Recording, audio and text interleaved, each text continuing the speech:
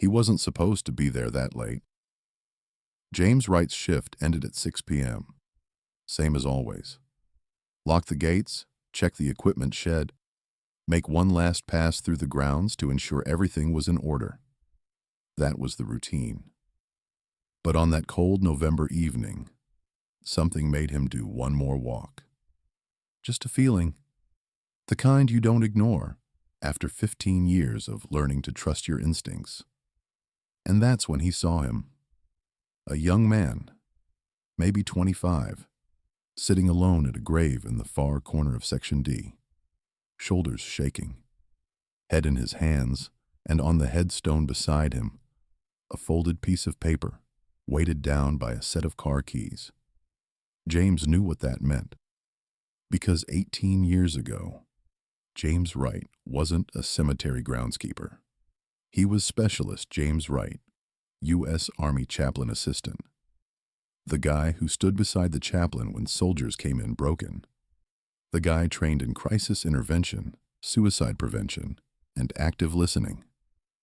The guy who'd talked more than a few young men off the edge when the weight of war became too much. He thought he'd left that job behind when he retired. But tonight, walking across cold grass toward a stranger in pain, he realized some jobs never really end. Rolling Meadows National Cemetery sat on 43 acres of Virginia countryside, just outside Richmond. It wasn't Arlington. No presidents buried here, no eternal flames, but it was a place of honor. Rows of white marble headstones stretched across gentle hills. American flags lined the main avenue. Oak trees older than the Civil War provided shade in summer and skeletal beauty in winter. James Wright, 56 years old, had worked here for 8 years. He mowed the grass, trimmed the hedges, repaired broken sprinkler heads, and made sure every veteran's grave was treated with the dignity it deserved. He was a quiet man. Average height, graying hair kept military short, weathered hands that had held shovels and rakes for nearly a decade. He wore khaki work pants, a navy fleece jacket with the cemetery's logo, and steel-toed boots that had seen better days. Most visitors never spoke to him. He was just the groundskeeper, part of the landscape. Invisible unless something needed fixing. And that's how James preferred it. He'd spent 15 years in the Army as a chaplain assistant, supporting military chaplains, coordinating religious services, and most importantly, being present for soldiers in crisis. He'd deployed 3 times: Bosnia, Iraq, Afghanistan. He'd held the hands of dying men, listened to confessions, prayed with atheists who suddenly wanted to believe in something, and he'd talked to dozens of soldiers who were standing on the edge, men and women who decided the pain was too much and the world would be better without them. James had been trained in suicide intervention, not as a therapist. He wasn't qualified for that, but as a first responder. Someone who could recognize the signs, engage safely, and keep someone alive long enough for professional help to arrive. He'd saved 11 lives during his military career, 11 soldiers who'd been seconds or minutes away from ending it all. After he retired in 2006, James thought he was done with that part of his life. No more crisis calls, no more late-night interventions, just quiet days maintaining the grounds where other veterans rested. But on this particular evening, November 14th, a Tuesday, temperature dropping toward freezing, James was about to realize that some skills don't retire when you do. It was 6:47 p.m.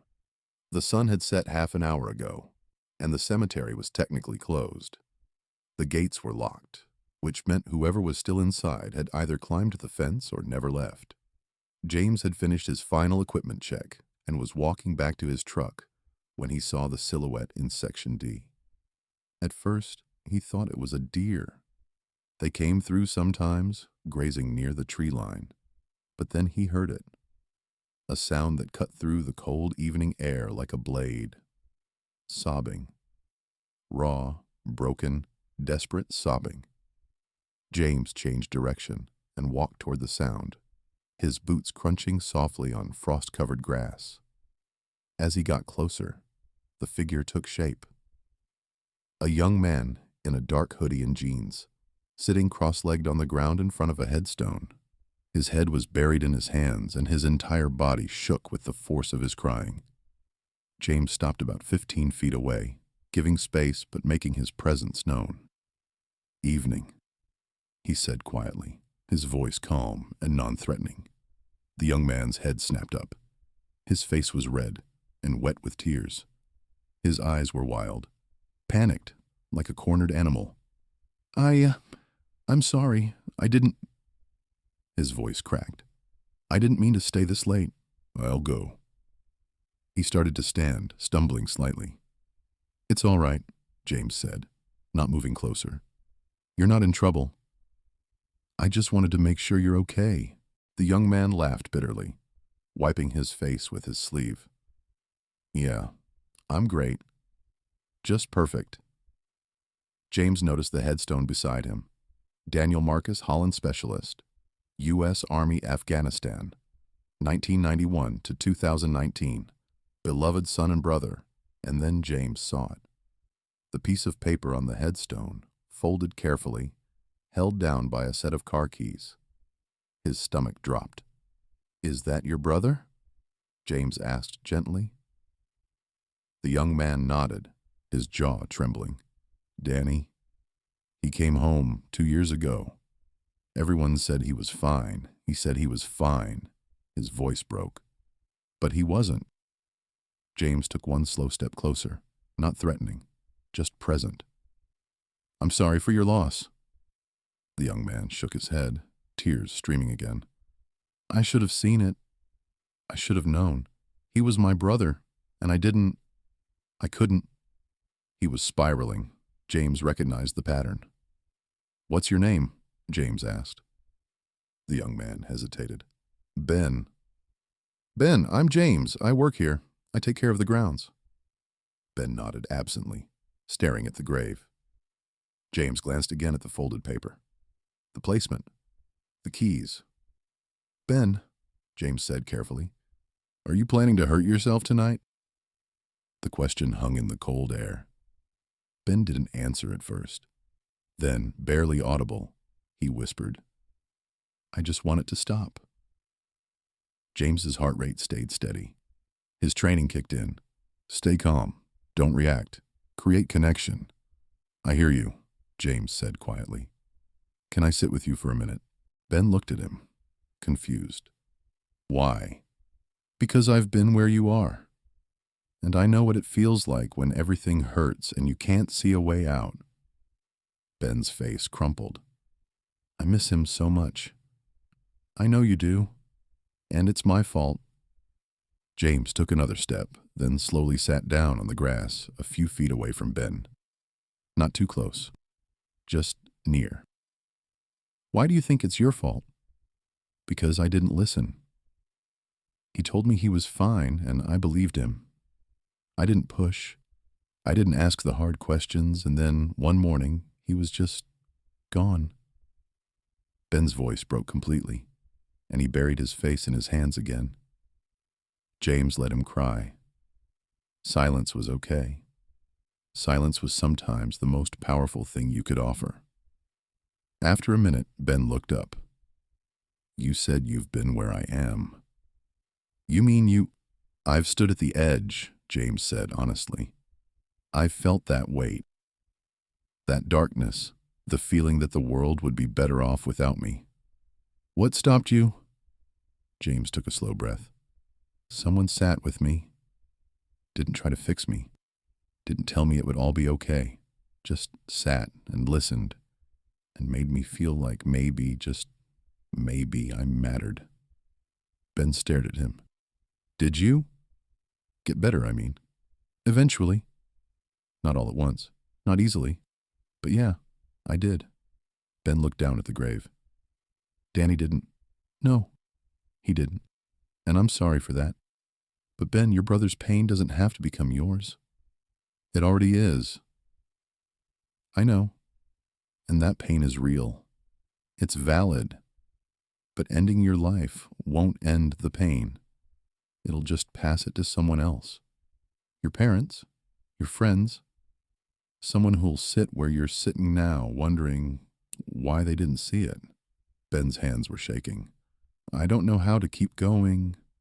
You don't have to know. You just have to stay, right here, right now, one breath at a time.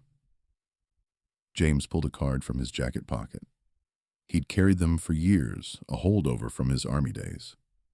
It was a crisis hotline number. This is a number you can call any time, day or night, people who were trained to help. Ben took the card with trembling fingers, but didn't look at it. Will you do something for me, Ben? Ben looked up. Will you give me your car keys? Just for tonight. You can have them back tomorrow. But tonight I'd like you to let me drive you somewhere safe. Ben's eyes filled with tears again. I don't know if I can. I know, but I'm not leaving. So if you stay, I stay. And it's going to get really cold out here. Ben let out a choked laugh. Then, slowly, he reached for the keys on the headstone and handed them to James. James took them carefully, then stood and extended his hand. Come on, let's get you warm. Ben hesitated.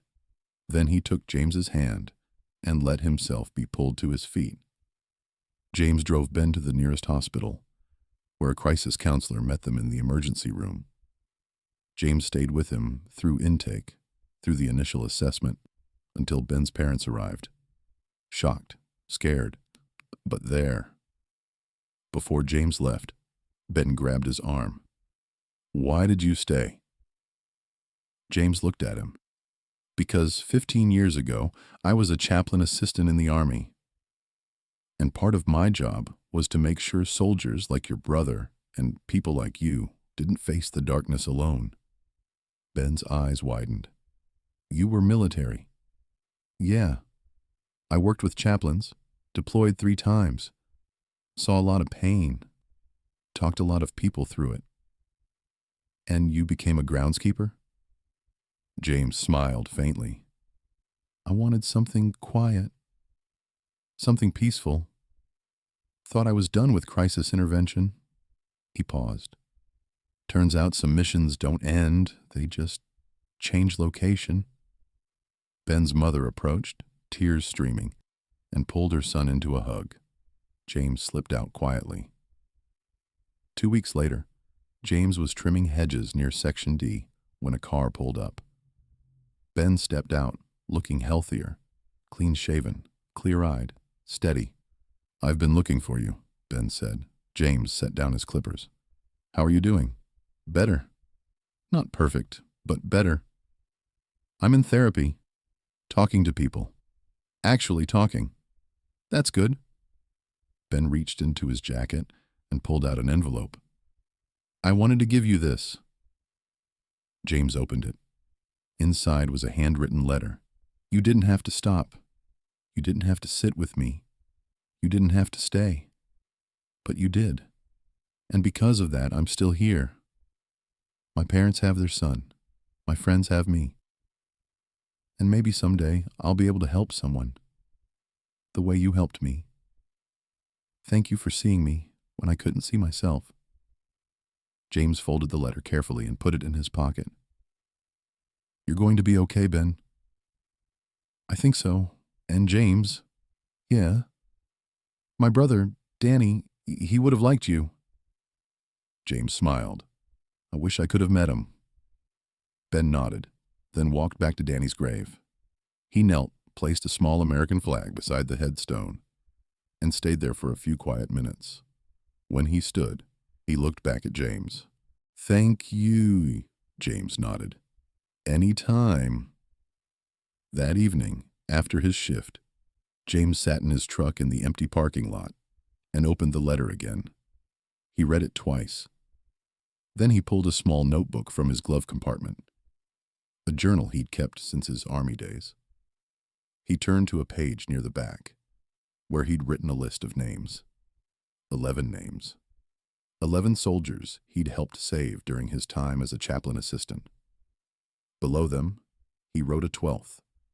Ben Holland. November 14th, 2023. He closed the notebook, started the truck, and drove home. Not everyone who serves wears a uniform forever. Not everyone who saves lives does it in a hospital or on a battlefield. And not everyone who talks someone off the edge carries a badge or a degree. Some do it in a cemetery at dusk, with nothing but presence, compassion, and the willingness to stay when it's easier to walk away.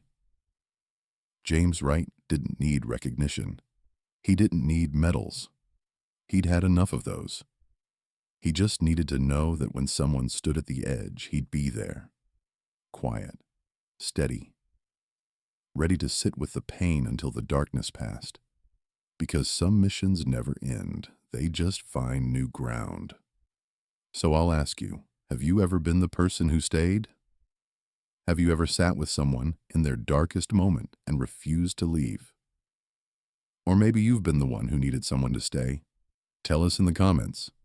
Share the moment someone saw you, or the moment you saw someone else. Subscribe to The Human Stories, because we believe the most powerful thing you can do is refuse to let someone suffer alone. Thank you for watching. And if you're struggling tonight, if the weight feels too heavy, please reach out. Call someone. Text someone. Stay. Because you matter.